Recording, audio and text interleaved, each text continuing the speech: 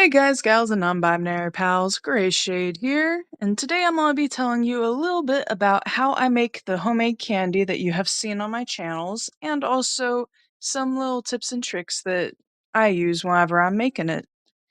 So let's start off with the ingredients here. We got 1 cup sugar, 1/3 cup corn syrup, and just a spoonful or two of water. It might need a little bit more, might need a little bit less. Really depends on how much liquid you're putting in with your food coloring and with your flavoring. But the point is, we're not trying to make it soupy. We just want it to be damp enough that it doesn't burn right away or anything like that.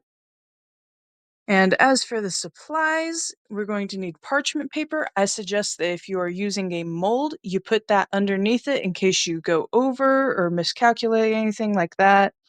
Also, it's just good to avoid general messes whenever you're dumping the candy out of the molds too.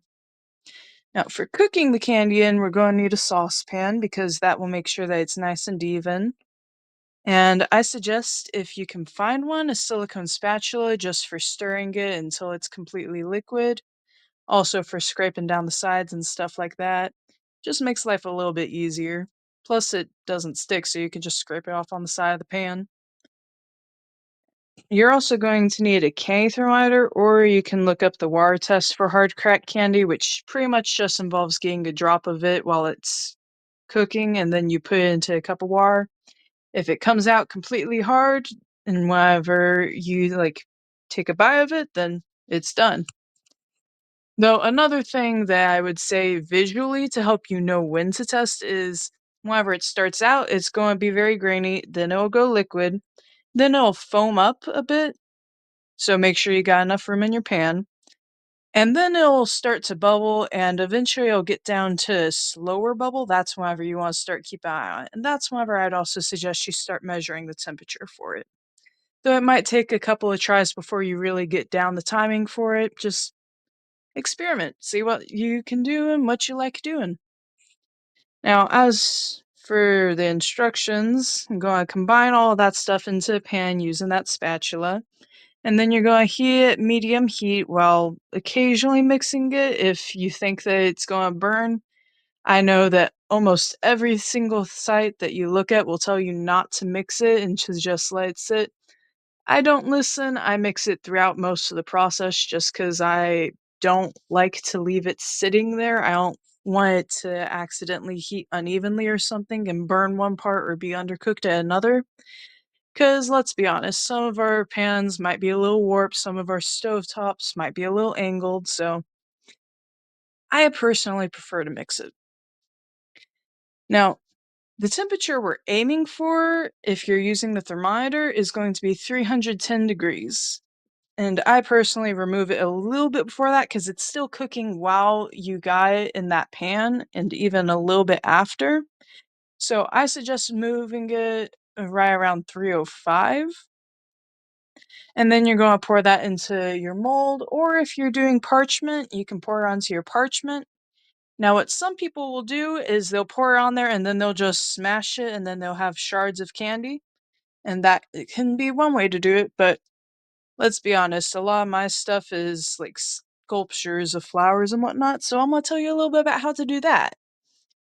So, whenever you pour it out, it's going to be really, really hot, and you gotta work fast because that stuff will start cooling almost right away.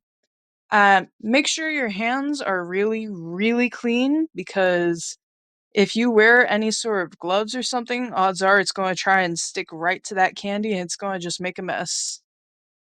Now, whenever you're doing the sculptures, you gotta keep in mind you're doing this at your own risk because that stuff is really hot. Now, I do not suggest doing a sculpture the very first time you do it, just until you can kind of understand how quickly it cools. But whenever you are doing a sculpture, it also helps to have a clean pair of scissors on standby, so that way you can pull the candy into the shape you like and then snip it off. And also, one thing I suggest whenever you are doing the sculptures is if you find the edges are cooling too fast, you can fold them over into the center and that'll give you a little bit more time. Not a whole lot though. You gotta work fast, like I said. And whenever you are doing the sculptures, you're going to have to constantly be touching it. So that way, it doesn't fall apart because sometimes it's still warm whenever you are sculpting it. So it'll start trying to like fall over or whatever.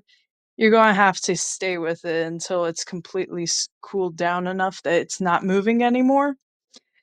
Otherwise, you're going to end up with a bit of a mess just sitting there on the parchment. As for the cleanup goes, my suggestion, if you can, is to just fill the sink with water a little bit, or just fill the pan itself with it. And that, since sugar dissolves in water, that'll pretty much get most of that. If you want, you can run it through the dishwasher, but it's really going to help get most of that candy off if you can just let it soak in water for a while. Because some of our dishwashers really don't work as well as they should. Now, as for the stuff like the spatula or the candy thermometer, I would just get a cup of water and let it soak in there too, because the candy thermometer, odds are, cannot go through the dishwasher. And the spatula, I mean, you can usually break off the candy that's on it, and then you would just have extra candy there. But you can put it through the dishwasher if you want to. I suggest hand washing everything that you use, though, just because sometimes the dishwashers aren't the best. Anyways, that about sums up. Let me know what kinds of candies you guys come up with.